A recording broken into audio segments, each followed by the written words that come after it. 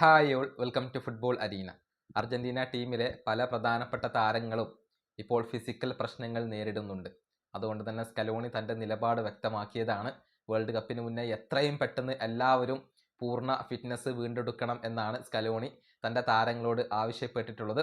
ആദ്യ മത്സരത്തിന് മുന്നേ എല്ലാവരും റെഡിയാകും എന്നാണ് പ്രതീക്ഷിക്കപ്പെടുന്നത്.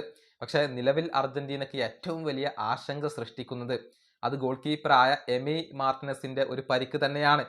നിലവിൽ അർജന്റീനയിൽ ഉള്ളതിൽ വെച്ച് ഏറ്റവും വലിയ പരിക്ക് അത് എമിയുടെ പരിക്കാണ്. അദ്ദേഹത്തിന്റെ റൈറ്റ് ഹാൻഡിലെ ഒരു ഫിംഗറിന് ഫ്രാക്ചർ സംഭവിച്ചിരിക്കുകയാണ് ചെയ്തിട്ടുള്ളത്. അത് ഒരൽപ്പം ഗുരുതരമാണ്. അദ്ദേഹത്തിന് 2 സൗഹൃദ മത്സരങ്ങളും കളിക്കാൻ കഴിയില്ല എന്നുള്ള കാര്യം ഗാസ്റ്റൻ എഡൂൾ റിപ്പോർട്ട് ചെയ്തിട്ടുണ്ട്.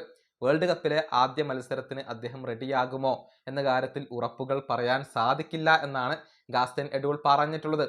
അതായത് വേൾഡ് കപ്പ് ഇല്ലായിരുന്നുവെങ്കിൽ ഒരുപക്ഷെ എമി സർജറിക്ക് വിധേയനാകുമായിരുന്നു. അത്രയധികം സീരിയസ് ആയ ഒരു പരിക്കാണ് അദ്ദേഹത്തിന്റെ കൈവിരലിന് ഉള്ളത്. വേൾഡ് കപ്പ് ഉണ്ടായത് കൊണ്ടാണ് അദ്ദേഹം സർജറി നടത്താത്തത് എന്ന കാര്യം കൂടി ഗാസ്റ്റൻ എഡൂൾ റിപ്പോർട്ട് ചെയ്തിട്ടുണ്ട്.